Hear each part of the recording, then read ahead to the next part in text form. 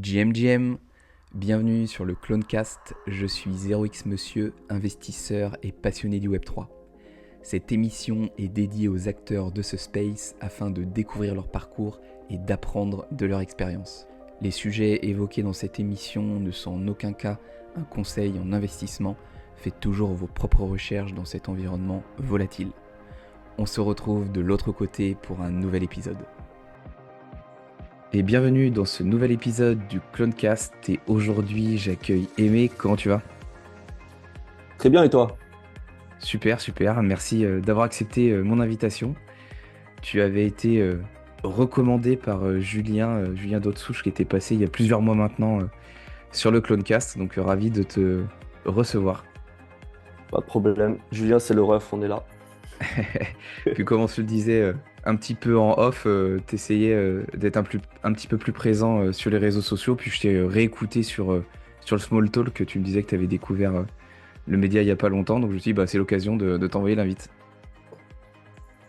Ouais, c'est ça, j'étais pas trop présent même dans l'espace francophone, j'étais plutôt connecté aux espaces anglophones. Mais là, en ce moment, je fais une redécouverte. Je trouve qu'il y a un renouveau qui est sympa, et dont Smalltalk fait partie d'ailleurs. Maintenant, j'écoute, je trouve ça bien. Franchement, ils font du bon boulot, les gars. Yes, canon. Et bah, avant d'entrer dans le vif du sujet, est-ce que tu pourrais te présenter pour ceux qui ne te connaîtraient pas et nous dire un petit peu comment tu as débarqué dans Web3? Ouais, alors moi, je suis déjà un vieillard, je pense, pour l'écosystème. J'approche des 40 ans, je ne suis pas encore, mais j'ai 38. Du coup, ça fait depuis 2013, je suis dans la crypto. Donc, j'ai débarqué avec Bitcoin, bien sûr.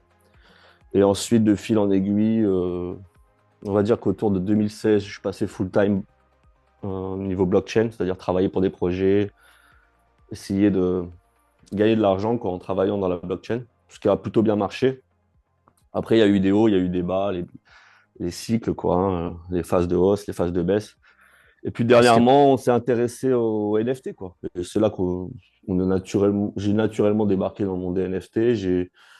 Moi, ça fait très longtemps que j'avais compris le potentiel. J'ai travaillé même pour Ultra. Je sais pas si tu connais Ultra, qui est Ouais, une sorte de Steam un- avec une blockchain. Et du coup, bah, le sujet numéro un, c'était les NFT, c'était le fait de tokeniser l'ownership des jeux vidéo et des items, tout ça. Et c'est des sujets sur lesquels on travaillait depuis 2017, quoi, facilement. Donc voilà, c'est comme ça que j'ai débarqué dedans. Mais j'ai pas vraiment débarqué, ça s'est fait au fur et à mesure. Moi, j'y ai toujours cru comme le NFT comme quelque chose qui pourrait apporter la masse adoption, quoi. ok. Et quand tu dis que tu as bossé avec des projets, c'est sur quel aspect? Aspect plutôt tech, marketing, autre chose? Ouais, bah moi, je suis plutôt j'ai pas fait de grandes études, mais j'ai une très grande expérience dans le web, en fait. Pas en tant que builder, mais en tant qu'user, en mode hardcore, genre e-sport, gaming. Donc à l'époque, on jouait beaucoup sur StarCraft, on avait des forums, tu vois. En fait, on a toujours fait du community building et du community management, seulement on le faisait gratuitement à l'époque. C'était par pure passion, et ça l'est toujours en vrai, hein. Mais du coup, ça m'a semblé naturel de bosser là-dedans dès que j'en ai eu l'occasion. Bon, j'ai eu d'autres boulots un peu pro là-dessus. Je travaillais pour NCSoft, une grosse boîte de jeux vidéo, où on gérait les forums, on faisait des retours aux développeurs, ce que les gens y pensent de ça, de ci. Et en fait, j'ai transposé cette expérience finalement au monde de la blockchain. Donc, j'ai fait du community management jusqu'au marketing. Après, j'ai une grosse connaissance des cryptos, donc aussi, j'ai fait beaucoup de, comment dire, tokenomics, white paper, euh, gestion du budget influenceur. Moi, j'ai eu pas mal de rôles, mais rien de tech. Et même sur le tech, même si je suis pas développeur, j'ai quand même une vision produit. Euh, donc voilà, aider à finalement donner le feedback de la communauté, ce que les gens crypto attendent d'un projet, des features, ce qu'on devrait développer pour que les gens soient contents, ce genre de choses. Ok. Ok, et quand les NFT débarquent, du coup, toi, ça te parle de suite et tu décides de travailler pour des projets dans la NFT. Tu commences aussi peut-être toi à en acheter. Comment ça se passe, ton initiation, on va dire, à la techno? Ouais, alors, putain, c'est un peu flou, c'est un peu vague. Il y a eu plein de phases de NFT. Les gens pensent que ça a commencé avec CryptoKitties. Il y a eu des trucs sur Bitcoin, il y a eu des trucs avant. Mais moi, ça vient. Dans mon souvenir, les NFT débarquent à la fin du cycle de 2017, surtout. Ça arrive très, très fort, avec CryptoKitties, tout ça. Peut-être que je n'ai pas bon sur les dates. Mais je travaillais déjà pour. J'étais déjà en train de joindre Ultra. Et donc, ouais, un des sujets numéro un, c'était le NFT. Et pour moi, le NFT, il était très, très lié au gaming, ce qui ne s'est pas forcément vérifié. Donc, enfin, plus ou moins, quoi. C'était, pour moi, il y a beaucoup de trucs qui se disent gaming, qui ne sont pas vraiment du gaming, sont plutôt du Ponzi. Mais bref, du coup, c'était ça, quoi.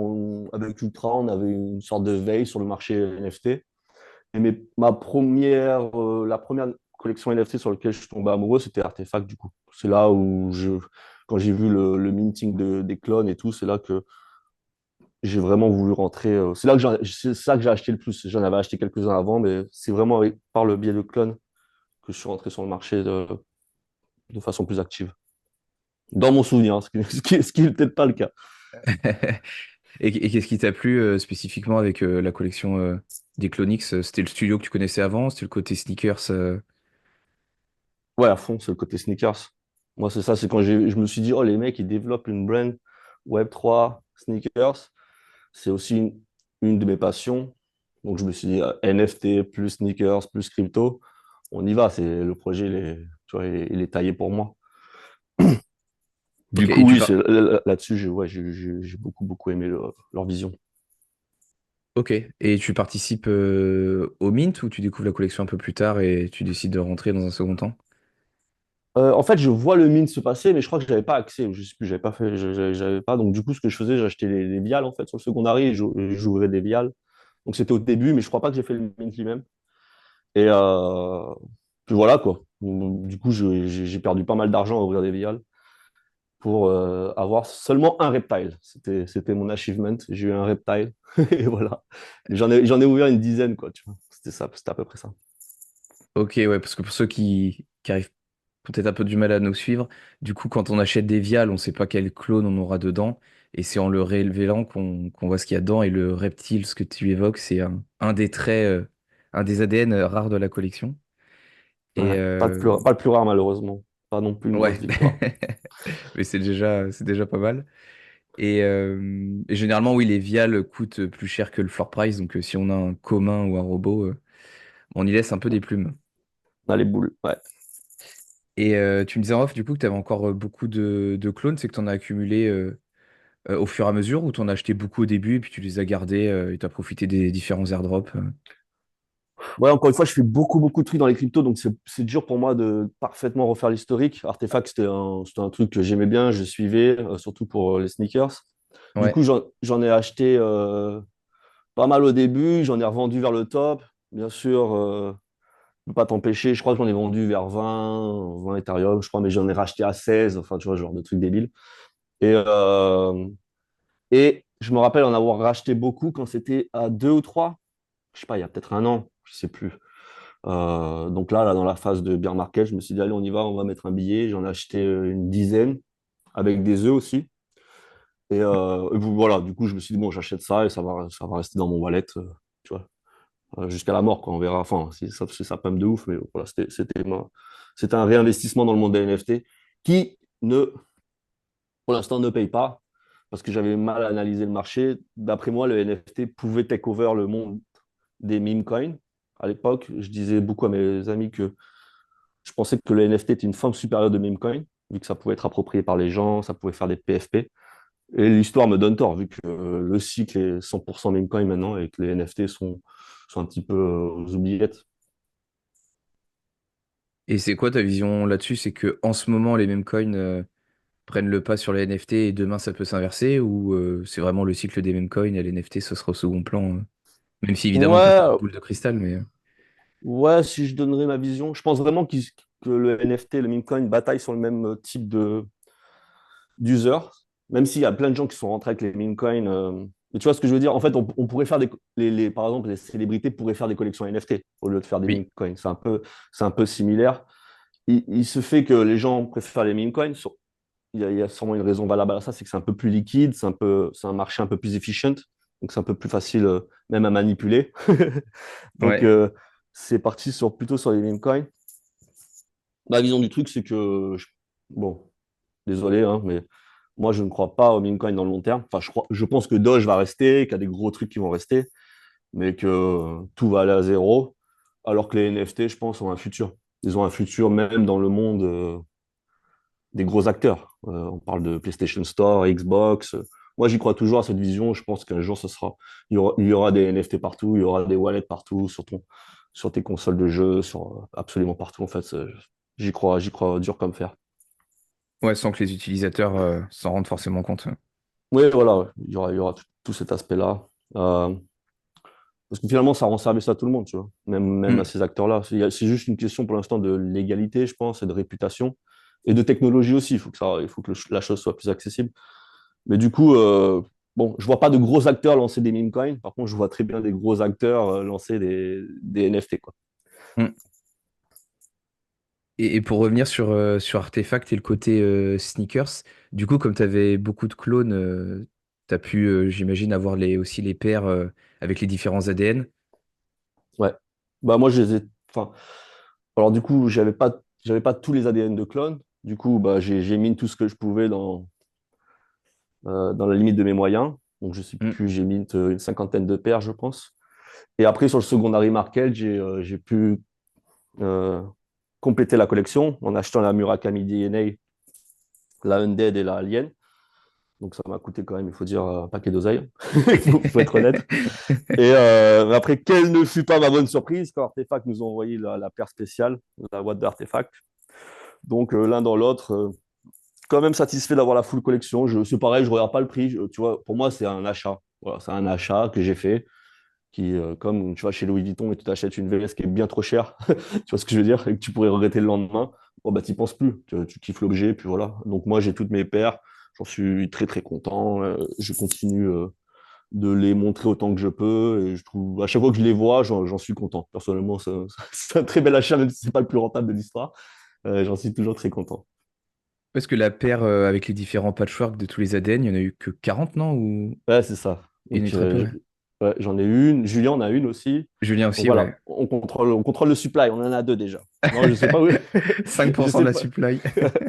je ne sais pas où sont les autres. J'ai pas mal de DNA aussi, je me suis rendu compte de ça parce que je faisais l'inventory pas plus tard que hier. J'ai 5-6 DNA. Ouais, j'ai quand même craqué ma bourse, franchement. Ça va que c'était un Et cycle haussier, j'avais beaucoup d'oseille à dépenser, mais ça fait cher. Ça fait beaucoup d'oseille dans des sneakers. en bear market, après, on rationalise et on se dit que on a peut-être un peu déconné. Ouais, on se dit que finalement, voilà, au moins, on a un objet physique, alors que ça se trouve, on l'aurait mis dans un coin, ce qui serait allé à zéro et on n'aurait rien eu. Et C'est ça. du coup, ouais, j'ai toujours tout ça.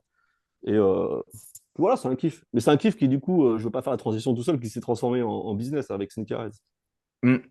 La transition est parfaite. Et j'avais juste une petite question avant. Donc là, on a parlé des Air Force et puis là, les Dunks commencent à être livrés depuis quelques jours, hein, au moment où on enregistre. Et je crois que tu en as reçu pas mal aussi. Bah non, j'en ai pas reçu, c'est ça le drame de ma vie. Ah, t'en as pas reçu, Donc, mince. Ah, non, c'était pas ta photo alors que j'ai vu sur Twitter. j'en ai plus de 70 commandés. Ok. Euh, je pars dans 2 jours de Dubaï, pendant 2 mois. Ça fait que je pense que mes paires, je ne vais pas pouvoir les toucher avant longtemps. Donc j'essaie de trouver des arrangements pour que des gens me passent des paires, qu'ensuite je leur redonne du mois d'août quand je reviens. Bref, c'est le drame de ma vie actuelle, c'est comme ça. J'aurai pas mes paires pendant l'été. C'est pas à la fin du monde, mais c'est chiant, quoi. Surtout que je vais devoir les stocker quelque part en attendant. Bref, c'est le bordel. Ouais, ça prend vite de la place quand on a beaucoup. Ouais. Ah ouais, ouais, tu verras tout mon raisonnement après.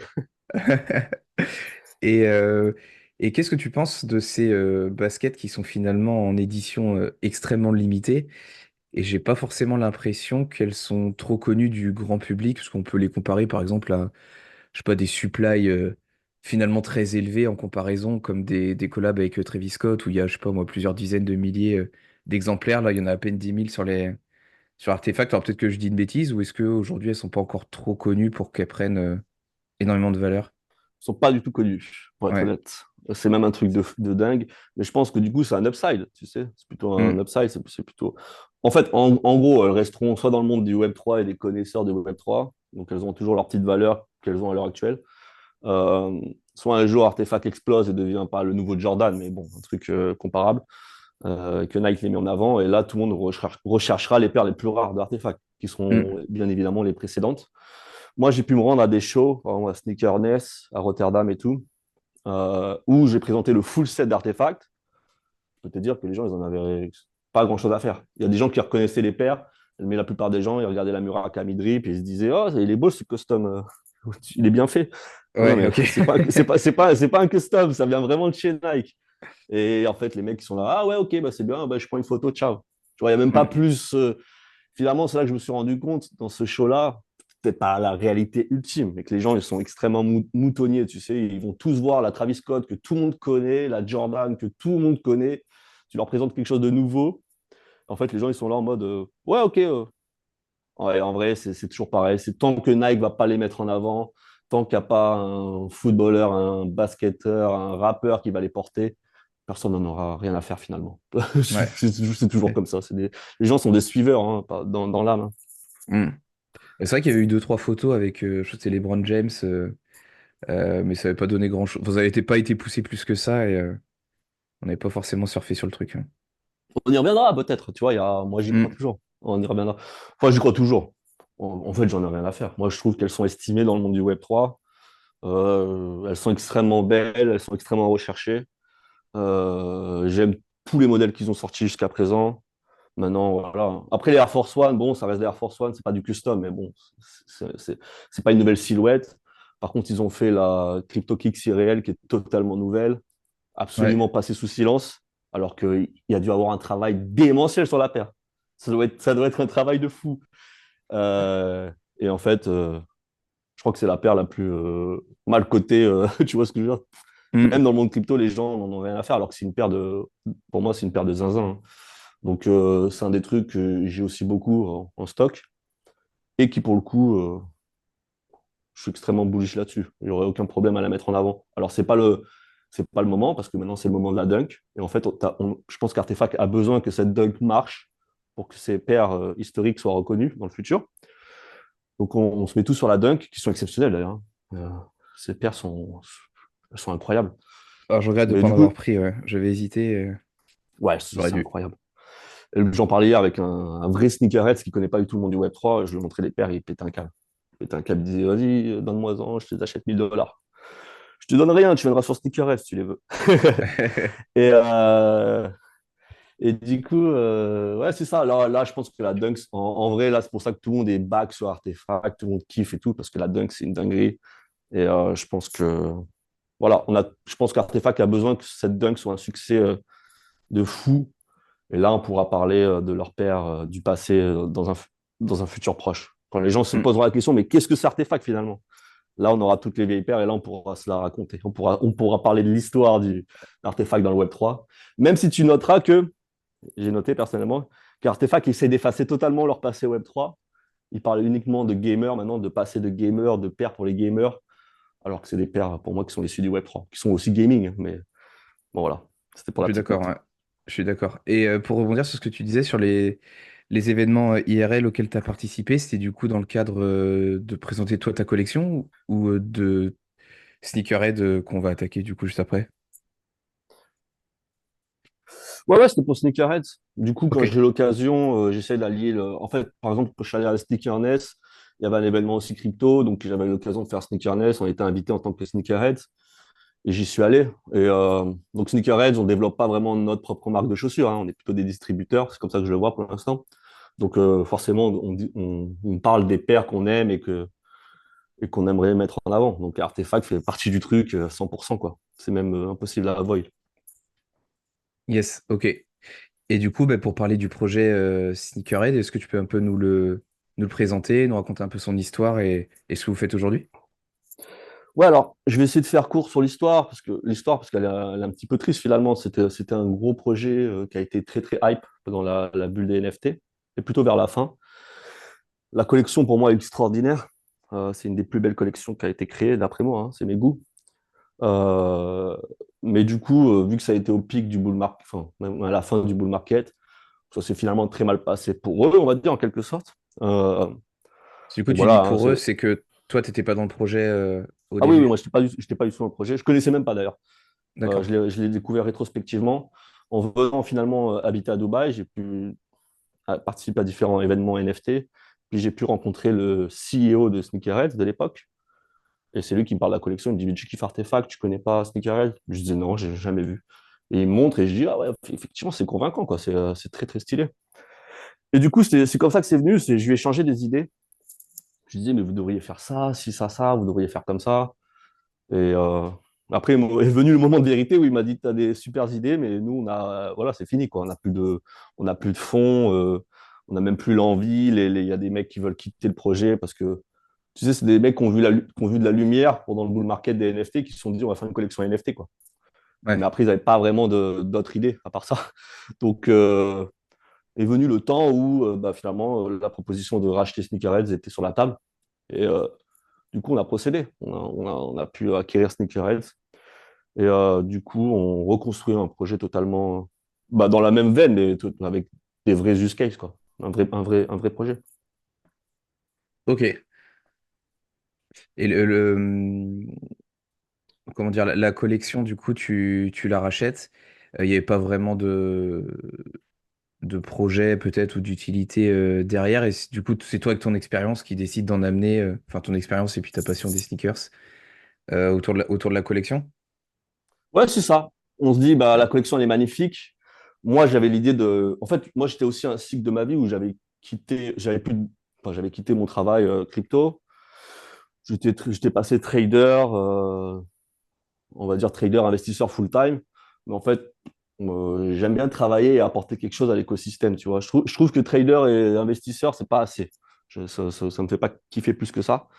Donc, je cherchais un boulot, joindre une team. Et voilà, j'ai quand même passé un cap. Je me suis dit, il faudrait au minimum que je sois cofondeur, quoi. Tu vois, je ne veux pas recommencer à être community manager ou CMO ou un truc comme ça. Donc, j'aimerais vraiment lead le projet. Parce que tu es souvent déçu quand tu joins un projet, tu sais. En fait, c'est pareil pour les team members. Ils te disent, ouais, on va faire ci, ça, t'inquiète pas, il va se passer ci, ça. Mais à la fin, c'est eux les décisionnaires et à la fin, ils décident que non, finalement, on va pas le faire. Donc, c'est Ouais. des trucs qui restent en travers de la gorge en tant que vraiment un mec crypto. Et, donc, voilà, je me suis dit, maintenant, je vais être décisionnaire. Donc, si on s'est promis quelque chose, on va le faire. Du coup, voilà, je suis dans une phase de transition personnellement. Et à la fin, je me suis dit, bah, ok, on va faire Sneakerheads. Voilà, on va essayer de développer Sneakerheads. Et pour moi, c'est parfait parce que finalement, c'est ma passion des NFT, des cryptos et des sneakers. Donc, on essaie vraiment de développer un truc totalement nouveau qui ne s'est pas encore fait d'après moi. Et voilà, c'est ce qu'on essaie de faire. Ok. Et c'est quoi aujourd'hui ce qui est un peu mis en place ou le but du projet, je sais pas, peut-être pour les holders ou ou la vision que tu as? Du coup, l'idée de Sneakerheads, au départ, c'était, enfin, de ce qu'on voulait construire, c'était finalement une vaulting solution pour les collectionneurs de sneakers.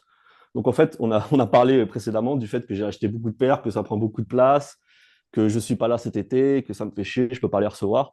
Et en fait, ce que j'ai conçu à la base, c'est pour résoudre ce problème. C'est-à-dire, nous, ce qu'on aimerait faire, la base de la mission, ce serait que tu puisses rentrer l'adresse de Sneakerheads, on reçoit les paires pour toi et on les tokenise.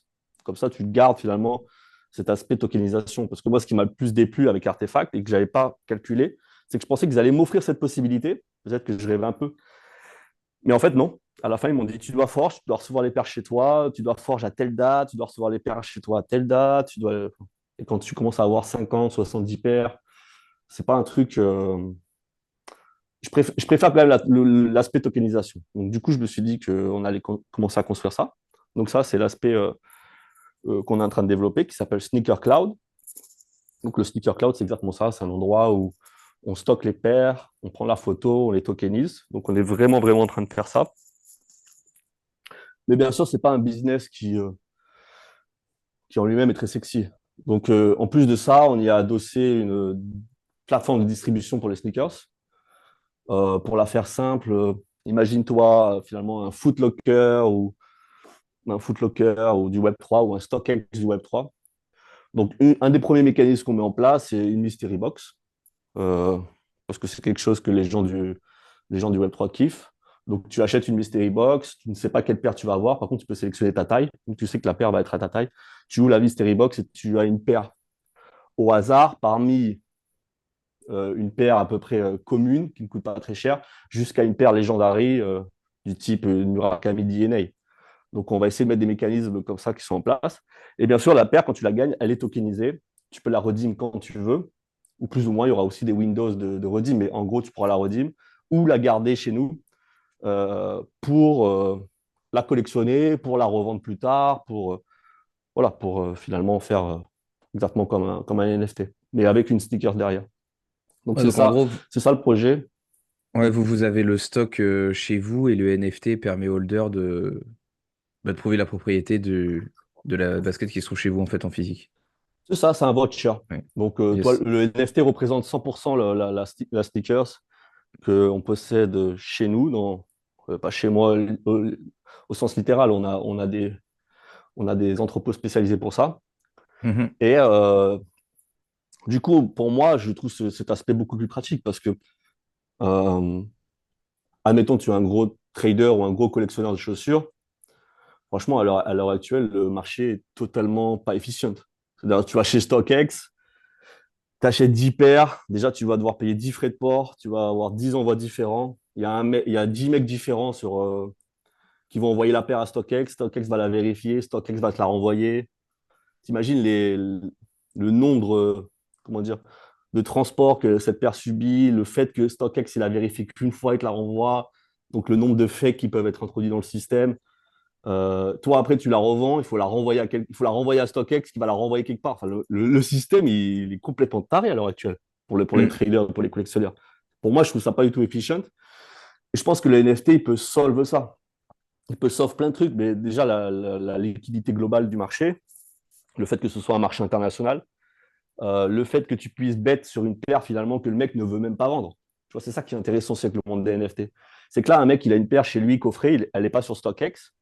Mais peut-être que toi, tu as envie quand même de lui faire une offre, tu vois, même s'il n'avait pas prévu de la vendre. Ce que permet le monde des NFT. Et surtout pour moi, le côté authenticité. Tu vois, nous, on reçoit la paire une fois et on la volte, donc on prend vraiment le temps d'authentifier la paire.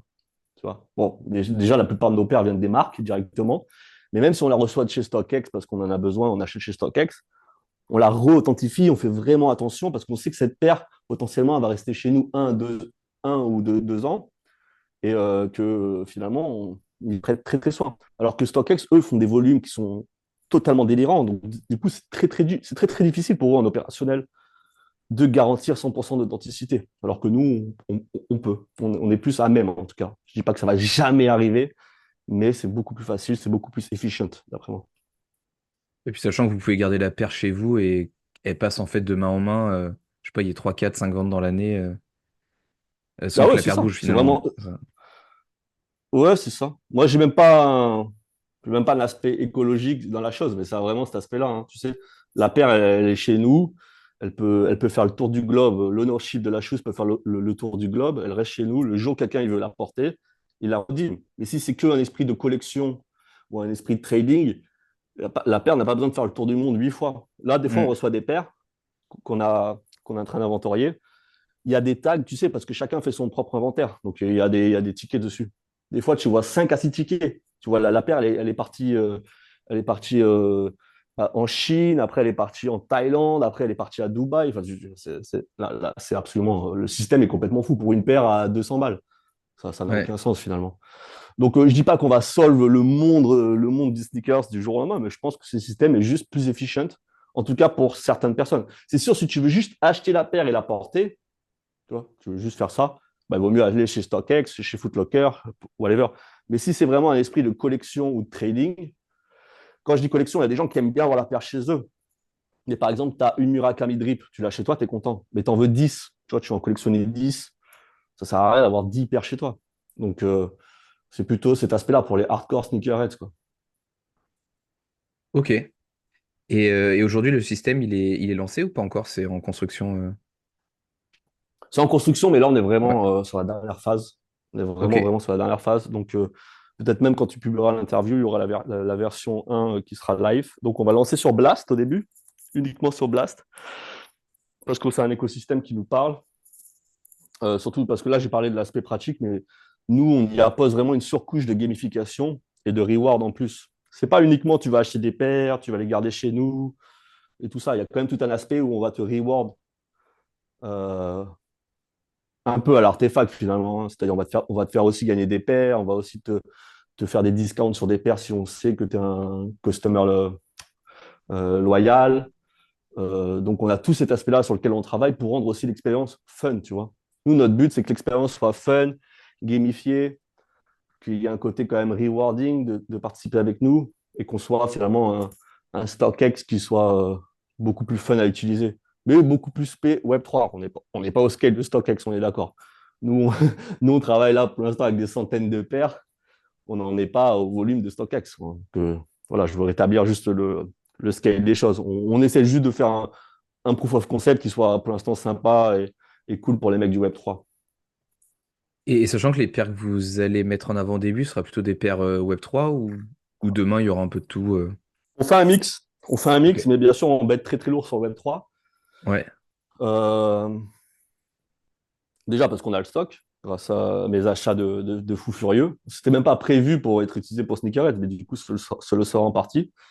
Du coup, voilà, là, on va avoir des dunks. Je pense que les dunks vont être difficiles à obtenir sur le marché traditionnel à des prix incroyables. Nous, on pourra les proposer peut-être un peu moins cher à notre communauté et même à poser une expérience, tu vois, une expérience sympa. Mais on va y mixer aussi des grays du Web 2, enfin du monde traditionnel aussi. On va mixer, on va pas faire que du Web 3 parce que tout simplement, il n'y a pas assez de paires dans le Web 3. Hmm. J'aimerais pouvoir proposer que des paires du Web 3, mais il n'y en a pas assez. Pour l'instant, il y a Artefact, il y a Dot Swoosh, il y a quelques autres brands, mais c'est pas suffisant pour l'instant. Donc forcément, on est obligé aussi de faire dans le Web 2. Et, euh, et oui, voilà, du coup, c'est ça. On va essayer de les mettre, finalement, de les remettre dans les mains, les remettre dans les wallets des gens, en fait, dans les wallets crypto. C'est ça le truc. Euh, c'est ça qu'on essaye de faire. Ok. Et tu as évoqué, c'est un sujet que je voulais aborder en plus, le fait que vous soyez sur Blast. Donc pour ce que tu as évoqué, le fait de gamifier l'expérience, etc. Mais pourquoi ce layer 2 en particulier? C'était un peu pour surfer aussi sur la hype actuelle, parce que c'est moins cher que Ethereum, j'imagine. Ouais, bah écoute, Oui. moi, je fais les choses que par passion, hein, pour être Hmm. totalement honnête, c'est que de la passion. Donc, moi, j'étais en contact avec Polygon, avec Layer 2, puis c'était pas du tout. Ça avait l'air totalement bidon, quoi. Leur proposition était nulle. Et juste à ce moment-là, quand je parlais avec Polygon, il y avait Blast qui devait sortir. Donc j'ai commencé à m'y intéresser à titre personnel. Et puis j'ai trouvé ça extrêmement fun. J'ai trouvé ça. Et encore une fois, ça share les mêmes values que nous. Tu vois, ça, c'est quand tu participes à l'écosystème, tu reçois des tokens, tu reçois des rewards. Et c'est vraiment là où on va en venir aussi. Donc, du coup, je trouve qu'on est vachement alignés. Et Blast a bien marché. D'ailleurs, il y a le airdrop aujourd'hui ou demain, je sais plus. Et donc, on est content que la hype de Blast soit assez haute, mais on avait prévu de développer sur Blast avant même que, tu vois, qu'il y ait une certaine hype. Du coup, on le fait vraiment par passion. Moi-même, j'adore Blast. Julien aussi, par exemple, qui contribue au projet. Donc, c'est toute la team qui kiffe Blast et on a du coup décidé d'aligner nos intérêts, de construire aussi, de construire aussi sur cette chaîne qui me paraît avoir un futur prometteur. Bah c'est vrai, comme tu l'as rappelé, bon, l'épisode sortira un petit peu plus tard, mais l'airdrop a lieu tout à l'heure, là, cet après-midi. On est le 26 juin. Et c'est vrai que ça s'est affolé depuis peut-être, je sais pas, 2 3 mois sur Blast, mais au final, le Layer 2 est sorti en octobre ou novembre 2023, si je dis pas de bêtises, donc ça fait un bon 9 mois. Et, euh, et tu disais du coup que les utilisateurs allaient pouvoir être récompensés d'une manière ou d'une autre. Est-ce qu'il y a un lien avec la collection NFT initiale ou vous êtes totalement détaché de cette collection Non, contemporain Web 3? il y a toujours un lien. Il y a toujours un Ouais, lien. ok. Et pour moi, c'est toujours pareil. C'est une question aussi de, comment dire, de remplir ses promesses. C'est vraiment très, très important. Alors, je dis pas, hein, tu sais, le projet, il pourrait avoir un succès démentiel comme il pourrait flopper, hein. Je suis pas, donc, je peux pas garantir que les sneakerheads holders de la collection initiale seront récompensés d'une façon incroyable. Mais si le projet fonctionne, on fera tout pour partager la value avec eux. Parce que c'est quand même les early supporters, C'est, et je trouve que cette IP, au-delà de ça, l'IP, on veut vraiment la développer. Si un jour on génère assez de revenus, on va vraiment réinvestir dans l'IP de façon considérable parce qu'on y croit et on adore cette IP. Je pense que, tu vois, si on aurait juste lancé un truc random qui s'appelle, peu importe, Sneaker Cloud, StockX, sans vraiment un branding spécifique, tu peux pas vraiment faire de collab avec des marques. C'est pas très, très intéressant. Par contre, les Mm. sneakerheads, vu la collection NFT, la vibe qu'il y a sur la collection ou quoi, moi, je vois totalement des possibilités d'un jour de faire des collaborations, de faire même des petites choses. Là, par exemple, on est en train de bosser sur faire un attachment pour la dunk spéciale Sneakerheads. Tu vois, comme ça, si tu as la dunk chez nous et tu aimes bien Sneakerheads, on pourra t'offrir un attachment spécial pour que tu puisses représenter Sneakerheads à travers ta dunk. Tu vois, ce genre de petites choses qui fait que il y a un petit côté en plus, il y a un côté Web3. Donc du coup, oui, pour répondre à ta question, la collection originale est toujours attachée au projet. Et on essaiera, on fera le maximum. C'est-à-dire que si on a un grand succès, ils auront des grands rewards. Et si on n'a pas de buzz et que ça floppe un petit peu, eh ben, on fera ce qu'on peut quand même pour les récompenser. Mais ça sera, tu vois, ce sera forcément un peu, c'est un peu taille au succès du projet, quoi. C'est pas Mm. magique. Oui, bah, oui, évidemment, c'est lié. Plus ça C'est marche, lié. plus on peut redistribuer. Ouais, là, c'est ça, il n'y a pas d'argent magique. Là, c'est fini l'argent magique qui vient des NFT ou même le truc des royalties est fini maintenant. Donc, c'est vrai, hein, c'est qu'une question maintenant de faire un projet qui est sustainable et qui est profitable. Et quand on atteint ce palier, effectivement, après, on peut faire plaisir aux gens. C'est ça aussi le Web3, c'est le partage. C'est pas uniquement, tu vois, prendre de l'argent et partir avec. C'est pas du tout le principe. Mm. Yes. Et t'as évoqué du coup le fait que bah, Julien, qu'on avait reçu sur le podcast, faisait partie de l'équipe. Comment vous êtes rencontrés? C'était grâce à Artefact Mais c'est trop marrant. ou pas? Ouais, mais totalement. Mais c'est sur le Discord de Artefact, totalement par hasard. Et, en plus, je vais très très peu sur Discord. Donc, ce qui se passe, c'est que je suis allé à Tokyo pour l'événement Artefact, tu sais. Je sais pas si tu te rappelles. Ils ont fait un événement à Tokyo. Bon, bref, il y avait des affiches, des posters dans la street que je trouvais excellentes. Du coup, je suis parti sur le Discord Artefact et j'ai demandé qui a fait ces affiches. C'est qui le créateur derrière ça? Et Julien me répond, j'en sais rien, mais nous aussi, on fait des affiches. Et là, on rentre en DM et je lui demande de faire des affiches pour Sneakerheads dans le même style. Ok. Et là, je lui explique le projet, tout ça, et il kiffe bien, quoi. Du coup, il joint l'équipe. Et, euh, et pour l'instant, c'est une grande amitié qui s'est qui s'est forgée. Non, j'apprécie beaucoup le personnage. Il est extrêmement talentueux. Il a plein de bonnes idées. Honnêtement, c'est un super gars. Heureusement, tu vois, je veux dire, j'en suis très, très content qu'il soit dans Sneakerheads. C'est vraiment un atout considérable. Ok, canon. Top. T'évoquais tout à l'heure le fait que tu sois aujourd'hui à Dubaï, bon, même si tu vas déménager pour 2 mois visiblement.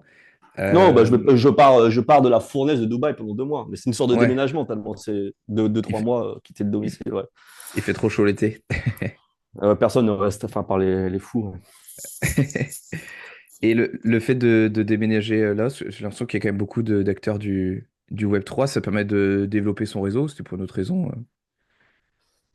Bah, c'est une raison qui est simple, hein, c'est la tranquillité d'esprit au niveau de l'État et des taxes. Ouais, Soyons honnêtes. Quand tu commences à ok. faire des sous dans les cryptos, et que tu commences à consulter les fiscalistes, et t'en consultes deux ou trois, et les deux, trois, ils te donnent un avis différent. Donc, ce n'est pas la France, hein. Moi, ça fait 15 ans que j'ai quitté la France, mais dans des pays que je ne citerai pas. Tu te dis au bout d'un moment, bah, qu'est-ce que je fais là? Parce que je ne sais pas combien d'impôts je vais payer. Moi, ça ne me dérange pas de payer d'impôts, hein, mais il faut me dire combien à la base, parce que il faut que je prévoie ma vie, quoi, en quelque sorte. Parce que si c'est Hmm, 15%, 35% ou 60%, c'est pas c'est du pas tout la pareil. même. C'est pas pareil.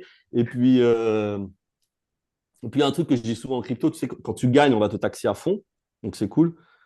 Mais quand tu vas perdre, hein, quand tu vas perdre, et tu vas sans doute perdre beaucoup aussi en crypto, il n'y a personne qui va te donner de l'argent. Donc, au bout d'un moment, il faut aussi être là-dessus, être extrêmement conservateur, quoi, faire très très attention à ses capitaux, parce que quand ils disparaissent, et que si en plus tu perds de l'argent et si en plus on te taxe, ça devient extrêmement compliqué. De même faire de la prise de risque, en fait, de même devenir investisseur ou devenir trader, ça devient très, très compliqué, voire même impossible, hein. Je ne vois pas trop comment, hein, à partir du moment où tu dépasses les 30-40% de taxes, je vois pas comment tu peux être gagnant en tradant ou en investissant, quoi. C'est trop, trop compliqué. Donc, c'est plutôt par choix, du coup, professionnel, puisque moi, Mm. je m'en cache pas, je suis un professionnel dans la crypto. Donc, voilà, donc Dubaï, c'est le choix logique. Et effectivement, dans la Dubaï, bah, tu rencontres des gens du Web3 et autres, des gens hyper intéressants. D'ailleurs, il y a une très très grande communauté NFT ici, des gars, euh, des gars en or, quoi, des gars vraiment bien bien placés dans le truc, dont Samuel Cardio d'ailleurs de Artefact, Ouais, que j'ai pu rencontrer ici aussi. Donc voilà, il y a un très très bel écosystème ici. ok, top. Et on a parlé beaucoup d'artefacts en termes d'investissement, entre guillemets. Est-ce que du coup, sur ton parcours, tu t'es investi dans d'autres collections? Est-ce que tu continues d'acheter des NFT? Bon, c'est peut-être pas la période la plus propice pour ça. Euh, Est-ce que tu Ouais. achètes aussi un petit peu de crypto ou un peu de tout, pas grand-chose? Ouais, franchement, un NFT, c'est même désolant comment j'achète des NFT, moi. Ok. Donc j'achète plein d'NF, ouais, non, mais c'est n'importe quoi. Donc ouais, il y a Artefact qui est quand même mon gros bac de NFT entre les clones, les shoes, même s'ils sont plus vraiment des NFT, les vêtements, les œufs, tout ça. Donc ça, c'est beaucoup. Et après, par l'influence d'Artefact, j'ai acheté beaucoup de GNSS, je sais même pas comment on dit le truc. Tu connais? Non, ça me dit rien là. GNSS, la collection générée avec un peu d'intelligence artificielle. J'ai aussi acheté des fleurs Murakami. Enfin, tout ça, pour Ouais. moi, Ok. ça participe un peu à l'écosystème artefact parce que c'est eux qui les ont un peu promus. Euh, Après, il y a plein d'autres collections. Là, même là, sur Blast, j'ai acheté des collections d'NFT. Tu vois, j'ai acheté des hoods, j'ai acheté des trucs. J'en achète toujours un peu, voilà. Et toujours, jamais gagnant. Franchement, sur les NFT, c'est incroyable à quel point je gagne jamais juste d'argent sur les NFT, quoi. Donc, Et je quand tu conseille achètes, c'est d'arrêter. c'est plus pour collectionner ou pour revendre dans le but de générer du profit? Ouais, parce qu'en fait, j'ai pas le temps de m'y intéresser. C'est à un moment où je trouve une collection cool, on m'en parle, je suis là, ben, j'en achète 10, tu vois. Puis après, Ok. bien sûr, ça baisse et on m'en reparle plus. Alors, je reparle, je recheck pas. Puis un jour, 2 mois après, je retourne sur le truc, ça vaut zéro, quoi, en quelque sorte. C'est un peu ça mon truc. Mais j'achète aussi pour soutenir, tu sais. Moi-même, je suis dans le monde des NFT. Je suis là, bon, voilà, j'achète des NFT. Pour l'instant, ça paye pas. Franchement, j'ai pas l'impression que ça va payer dans le futur proche, à part les grosses collections. Mais voilà, des fois, tu fais un profit en trading et puis tu t'achètes quelques NFT, voilà, pour. Bon, l'avantage, c'est qu'ils sont plus trop, trop chers. C'est pas comme à la bulle où tu pouvais payer un NFT 20 Ethereum, quoi. Ce qui est une fortune. Maintenant, quand j'achète 10 NFT, ça, des fois, c'est 0,1 Ethereum. Tu vois ce que je veux dire? C'est pas non plus des sommes incroyables. Oui, c'est l'avantage, ouais. Sur un Clonix, tu peux plus perdre plus d'un Ether. C'est pour ce que tu achètes, mais normalement, tu Ouais, perds plus trop. ouais, c'est ça. Et toi, du coup, qui bosse dans l'univers crypto depuis plusieurs années, tu as dû le voir évoluer. C'est quoi un petit peu les grands changements que tu as pu voir sur les 3 4 dernières années?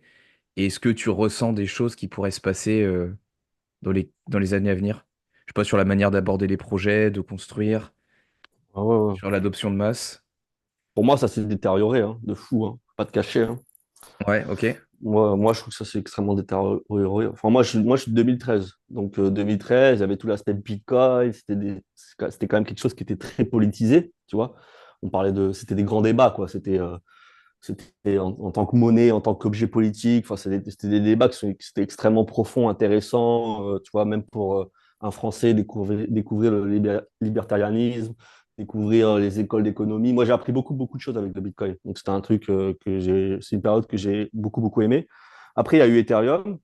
Donc, Ethereum, c'est plutôt la vague des ICOs. C'est quand même des grandes promesses, tu sais, de bâtir des projets, bâtir de la DeFi.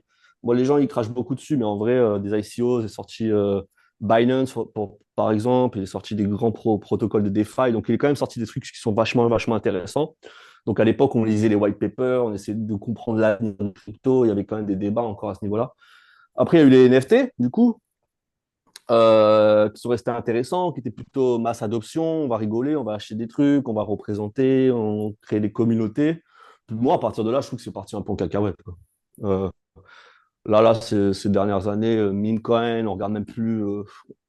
En fait, on est content que le projet ne propose rien, en fait. Il n'y a aucune use case. Les projets sortent, ça parle de tokenomics, mais ça parle même pas du scale, ce qui va faire le token, c'est quoi la vision de la team. Personne n'en a rien à foutre, en fait. Les gens achètent, vendent.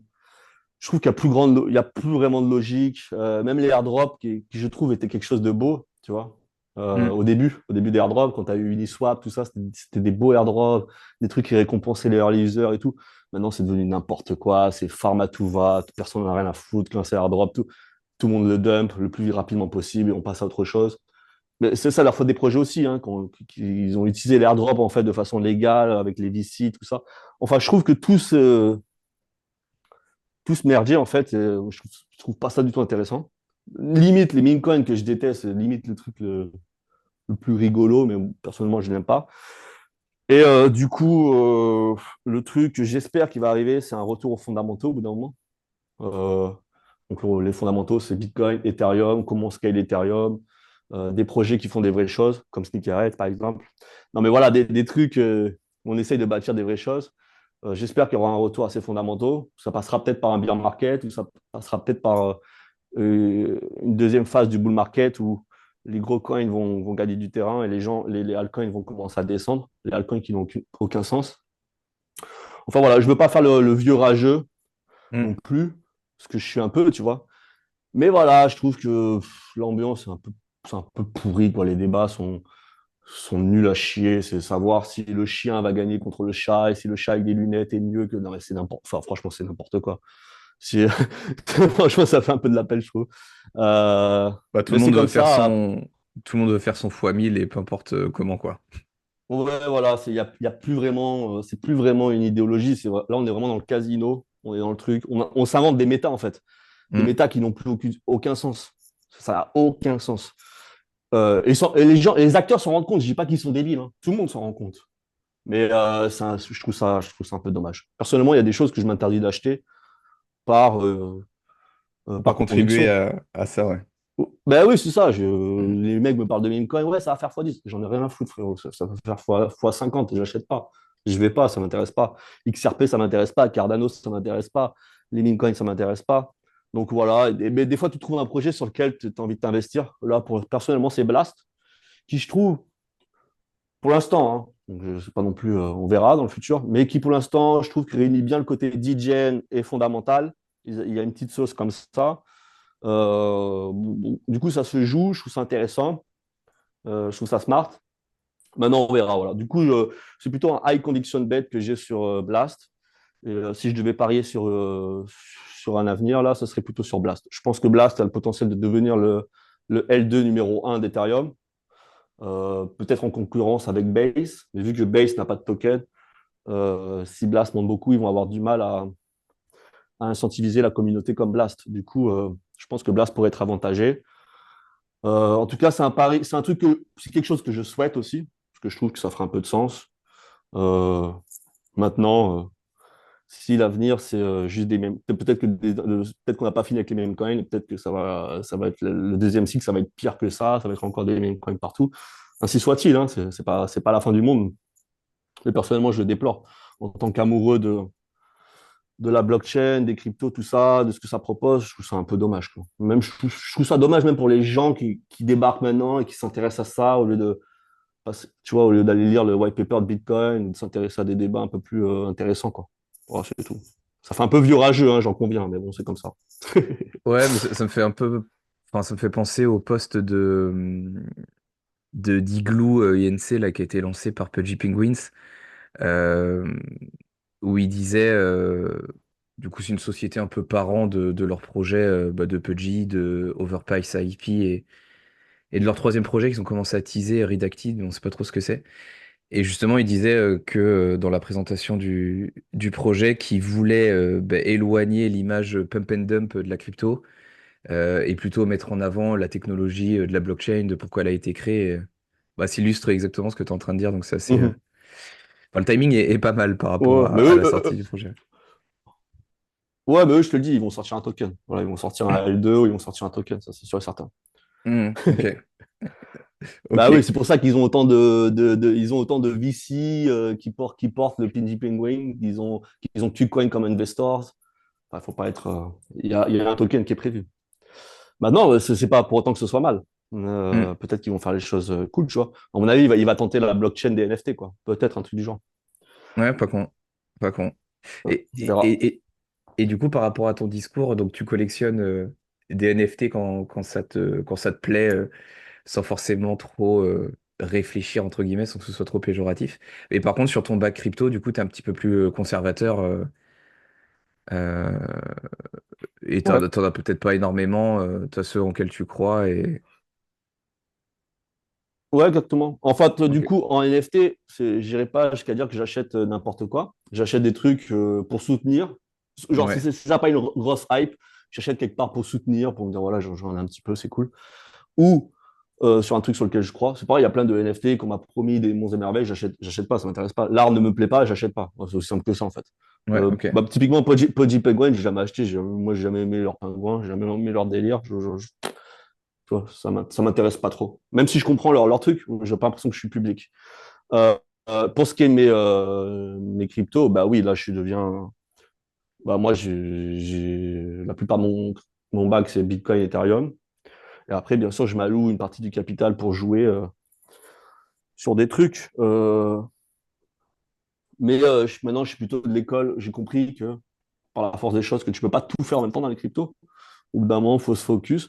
Donc, mon focus des derniers mois, c'était Blast. Blast, j'ai passé énormément de temps, ne serait-ce que pour Sneakerheads, pour comprendre comment, tu vois, quelle est la vibe de la communauté. Et moi, en tant qu'investisseur et trader, tout ça, j'ai été sur Blast. Et farmer, bien sûr, aussi. Du coup, je me suis focus là-dessus, au détriment peut-être d'autres écosystèmes qui sont aussi intéressants. Mais voilà, j'ai pas le temps de m'intéresser à tout. Donc, mon bag, ouais, c'est ça, c'est Bitcoin, Ethereum. Ça va être. J'ai quoi d'autre en fait? Je me pose la question là. Ouais, j'ai Shuffle aussi, un casino en ligne. Bon, ça, je l'ai eu par la force des choses en farmant le truc. Et maintenant, Blast, quoi. Je vais investir dans l'écosystème Blast. Donc là, c'est pareil, c'est de la conviction. Là, tout le monde me dit, ouais, tu devrais dump le jour J. Dès que ça sort, tu vas dump. Non, je vais rien dump du tout, en fait. Je vais en racheter. J'espère que des gens vont dump pour me donner l'opportunité d'en racheter pendant l'été. Parce que ma conviction est assez haute. Donc, c'est ce que je vais faire. Je vais acheter du Blast et je vais acheter des tokens d'écosystème Blast. Donc, voilà, c'est mon plan pour cet été, pour la fin de l'année. Ok, donc t'as farmé un petit peu l'airdrop qui a lieu aujourd'hui, du coup. J'ai farmé de ouf, hein. Je suis à plus Ouais, de oh, 100 ah 000 ok. gold. Ah ouais? J'ai farmé comme un. Ouais, j'ai pas Ah ouais, arrêté, hein. 100 000, ouais, t'as pas blagué là. Non, non, non, j'ai pas arrêté. Après, c'est même pas du farming, c'était combien de capitaux tu étais prêt à mettre et à risquer. Ouais. Donc voilà, là, il y avait YOLO, là, la dernière phase qui a duré 10 jours. J'étais top 4. Voilà, j'ai fini top 4, ça m'a airdrop 15 000, je crois, 15 000 gold, plus tout ce que j'ai gagné dans le gold rush. Je sais pas si tu connais YOLO, mais bon, bref. Ouais, Et Yellow Game, moi aussi, ouais. j'ai vu. Donc oui, j'ai joué le jeu à fond, hein. J'ai laissé des plumes aussi, j'ai pas envie de donner une vision angélique du truc. J'ai aussi perdu des sous en farmant. Mais voilà, j'espère que ça sera remboursé par l'airdrop de Blast, quoi. Bah, il n'y a plus qu'à attendre quelques heures là. On verra Ou bien. quelques semaines Ouais. si tu hold, parce que comme on l'avait vu avec le token de Blur, quelques semaines après la sortie, son prix avait augmenté. Ah ouais, c'était ça alors, c'est quoi l'histoire de Blur? Ils avaient laissé ça dump, bien sûr, et après ils l'ont monté quelques semaines après. Ben, je crois que lors de la saison, je pas envie de dire de bêtises avec les saisons, mais il y a la saison 2, je crois quand il est sorti, il est parti 30 centimes, il est arrivé à 1,50 $. Ah ouais. Et sur la saison 3 que j'ai vécu, il est sorti à 0,30 et une ou deux semaines après, il était à 0,60, je crois. Moi, si je te donne mon sentiment, vraiment, comment je le ferais en tout cas, comment je l'idéaliserais si j'étais les mecs de Blast, bien sûr, tu veux que les week-ends sortent, tu veux qu'ils sortent tous, donc tu vas les désespérer au début. Donc ça va dump de fou, ils vont pas soutenir le prix. Selon l'état du crypto market qui a pas l'air gueudin pour cet été, je pense que ça va être assez calme pendant l'été. Mais du coup, là, ça va être le moment où toi, tu devrais farm Blast en fait. Tu devrais continuer à le farm. Peut-être faire des LP, Blast, Ethereum, ce genre de truc qui risque de donner beaucoup de points. Et après l'été, si le crypto market est là et qu'il n'est pas parti à zéro, je pense qu'ils vont le relancer. Et du coup, les mecs qui vont faire carnage, en tout cas, c'est mon rêve, c'est les mecs qui ont hold. qui ont farm et qui vont avoir le airdrop de la saison 2. Du coup, là, ça risque d'être balèze. Je pense qu'ils bêtent plutôt sur la saison 2, tu vois, Hmm. pour frapper très très fort. C'est ce que je ferais en tout cas en étant un petit peu manichéen, tu vois. Maintenant, ils ne sont pas maîtres du prix du token non plus. Il faut pas être conspirationniste. Il y a plein de trucs qui peuvent jouer. C'est à quel moment l'exchange Binance, l'exchange Coinbase pourrait les lister, tu vois, ce genre de trucs. Mais c'est aussi un peu une décision de la team. Tu vois, à leur place, je n'irais pas rush Binance et Coinbase jour 2 quoi. Tu vois ce que je veux dire? Tu vas trop donner d'opportunités aux gens de sortir pour très cher. Il vaut mieux les laisser tous dump, continuer à farmer, et après, pour septembre, octobre, novembre, là on verra vraiment. Moi, j'y crois fortement au potentiel de Blast, honnêtement. Et en fait, j'en suis même convaincu. Ça va dépasser Optimizer, Arbitrum, qui ont zéro buzz, c'est inintéressant ce qu'ils font. Et après, il y aura une compétition entre Base et Blast. Hmm. Et du coup, on parle de quand même quelque chose. On parle de scaler Ethereum, hein, c'est pas un petit truc, quoi. C'est-à-dire, C'est pas c'est le la projet du deuxième. coin, ouais. Ouais, c'est quand même quelque chose de balèze. Donc, ouais. Moi. En plus, Blast, j'ai envie de te dire, limite, ils capitalisent sur le fait qu'ils ont une mauvaise réputation au sein d'Ethereum. Au bout d'un moment, les gars d'Ethereum devront reconnaître que c'est finalement la meilleure arme contre Solana. Tu vois ce que je veux dire? Ouais. En fait, s'ils veulent push la narrative contre Solana dans le mode DJN, machin, ils vont dire, OK, Blast, tu vois, c'est pas non plus. Il y a un scénario comme ça. Je dis pas que ça va se produire comme ça, mais moi, je le vois un peu arriver comme ça. Où Blast, ça va être finalement le pendant de Solana, mais sur Ethereum en quelque sorte. Donc, à la fin, ils vont dire vas-y, Blast, c'est validé. Et quand ces gros gars d'Ethereum, ils vont valider Blast, ça pourrait faire mal. Ouais, intéressant comme point de vue. Euh, et bon, on verra ce que nous réserve l'airdrop Oui, et. oui, c'est aucune garantie, hein, c'est juste un scénario bullish que je donne, j'en sais rien. Mais en tout cas, ça va péter Optimism et Arbitrum, ça j'en suis convaincu. Et Optimism et Arbitrum, tu auras des market cap, c'est quand même déjà assez haut, c'est pas n'importe quoi non plus. Et sachant que l'épisode sortira au moment où on aura peut-être 2, 3 semaines de recul sur l'airdrop, donc on verra si ça en prend le chemin ou non. Et Dans 2, 3 semaines, tout le monde sera dépressif, je pense. Dans 2, 3 semaines, tout le monde dira putain, c'était de la merde finalement. C'est pas grave. Et c'est là que j'achèterai. C'est là que j'en achèterai plus. yes. Et bon, on va se diriger tranquillement vers la conclusion de cet épisode. Et comme à mon habitude, je pose 3 questions à mon invité pour conclure. Et la première de ces 3 questions, c'est si tu avais un budget illimité, quel NFT tu t'offrirais? Ouh. Ouais, je pense qu'on va rester dans le thème, hein. Je pense que je me prendrais un des plus gros artefacts, tu vois. Ouais, il y a un ID qui te fait Non, même pas, parce qu'en déjà plus, des repérer. fois, je les check. Je vais être Ouais. honnête, je suis désolé pour les gens qui kiffent artefact. Pardon? Non, non, vas-y, vas-y. Des fois, je check la collection et je check les trucs les plus rares. Il y a pas un design en particulier. Il n'y a pas un design en particulier qui m'attire. Je trouve d'ailleurs que la team, c'est réservé quand même juste les meilleurs, les meilleurs des meilleurs. Et donc, j'en ai pas un en particulier de fou. Mais oui, je pense qu'avoir un gros artefact, Clone X, Murakami, je pense que c'est quand même stylé. J'ai pas d'autres NFT comme ça. Ou peut-être un NFT d'un gros artiste, tu vois. Ouais, peut-être. Je suis pas un expert là-dedans, mais peut-être un gros Artblocks ou un Beeple ou un rare PP extrêmement rare, Satoshi Nakamoto Card, ce genre de trucs là. Je sais pas si tu connais les trucs de OG. Voilà, il y a Ouais. quand même des NFT intéressants. Yes. Cool. Euh, la deuxième question, du coup, qui aimerais-tu que je reçoive dans le podcast en francophone? Bon, en ce moment, moi, je parle beaucoup avec Sadek. Alors, tu sais, tout le monde a son avis sur ce gars-là.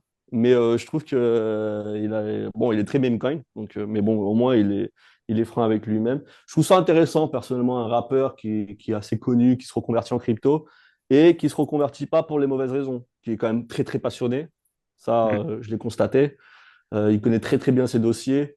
Donc, en fait, ne serait-ce que pour la vibe je pense que ça peut être un contributeur net positif pour l'écosystème, en fait, en tant que vulgarisateur et le fait d'amener des nouvelles personnes sur notre territoire, sur la blockchain. Et tu sais s'il a un peu de NFT ou pas du tout? Non, même coin surtout. Ouais, il est beaucoup meme coin. Ouais, je sais pas, je vais pas poser la question. Je sais pas. Bon, en tout cas, tu avais tourné une interview il y a quelques jours Ouais, mais il est sur sur Dubaï. sa chaîne En pour fait, ceux qui veulent aller voir. ouais, il est sur Dubaï, on se fréquente un petit peu. On se voit de temps en temps. Du coup, voilà. Après, bon, en crypto, il essaie de. Comment dire? Il essaie d'apprendre de moi sans vouloir me le raconter. Mais vu qu'on n'est pas du tout sur le même tableau, vu que je suis en mode. Lui, c'est un expert incontesté des bitcoins. Moi, voilà, je suis pas trop intéressé par ça, comme tu as pu le constater. Mais Hmm. du coup, j'essaie pour moi, de le remettre dans le droit chemin. C'est bien tes bitcoins, mais si tu fais un profit, mets-les en bitcoin, mets-les en Ethereum, tu vois, coffre-les. Mais il comprend, hein, et je crois que même qu'il a des bitcoins et tout, donc il n'y a aucun problème. Ok. Il est pas 100% DJ de fou, tu vois. Il essaye juste, comme tu disais, chacun cherche son x100, son x1000 aussi, parce que c'est vrai que, et c'est ce qu'il dit, hein, c'est ce qu'il raconte, et il a raison. Si tu mets 1000 $ maintenant en Bitcoin, bah, tu vas pas faire x100. Ou alors, il Ouais. faudrait vraiment un truc de malade pour que Bitcoin fasse encore x100. Donc, l'opportunité, Bitcoin, c'est une façon de sauvegarder son argent quelque part. C'est pas une grosse façon d'en faire non plus. Il faut quand même être réaliste là-dessus. Et les meme coins offrent la possibilité aux gens de faire des multiplicateurs rapides. Yes. Ok. Cool. Et du coup, la dernière question pour conclure cet épisode, et si tu avais un conseil à partager aux auditeurs, quel serait-il? Un conseil crypto ou Ouais, soit sur la crypto, soit sur ton parcours, soit en règle générale, un conseil de vie. Ouais, Peu importe. ouais, ouais. J'en ai un que je trouve legit. Si vous aimez tant que ça, la crypto, la blockchain, tout ça, au lieu de trader des shitcoins et des meme coins, venez essayer de joindre une team, essayez de travailler pour l'écosystème, essayez de contribuer à de la valeur, apprenez des choses. Voilà. Je pense que travailler dans l'écosystème, c'est le truc le plus, finalement, il y a des côtés relous, mais c'est le plus gratifiant. Et puis tu vas être payé pour tes efforts et tu vas apprendre des choses qui professionnellement pourront être intéressantes pour ton avenir.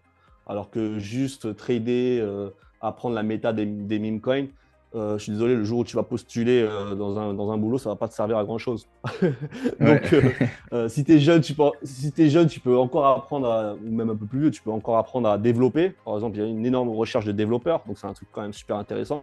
Mais même dans le community management, marketing, tout ça, il y a quand même plein de choses à faire. Il y a plein de projets qui recrutent. Et je pense que c'est quand même cool de travailler dans la crypto, dans la blockchain. Et puis, encore une fois, même si un jour tu quittes ce monde-là, ton expérience va servir à d'autres entreprises. Donc, c'est pas du temps perdu. Carrément. Eh bien, écoute, merci pour ce conseil. Je pense qu'on a fait un beau tour d'horizon lors de cette heure partagée ensemble. Est-ce qu'il y a peut-être quelque chose que tu voulais rajouter, qu'on n'a pas abordé, qui te semblait importante ou ça te semble pas Non, mal? non, non, tout ça. Les gars, venez voir la collection Sneakers et NFT et suivez-nous sur les réseaux sociaux et on va essayer de façon légitimate de faire le mieux qu'on puisse pour servir les gars qui kiffent la sneakers, les NFT, la crypto. C'est vraiment notre mission à l'heure actuelle. Yes, et tous les liens seront bien évidemment dans la description. Merci beaucoup, Aimé. On se dit à la prochaine et puis bonne continuation avec ton projet. Et puis on te réaccueillera peut-être pour voir où ça en est. Allez, ça marche. Merci à toi. À la Bonne journée. prochaine. Ciao, ciao. Ciao.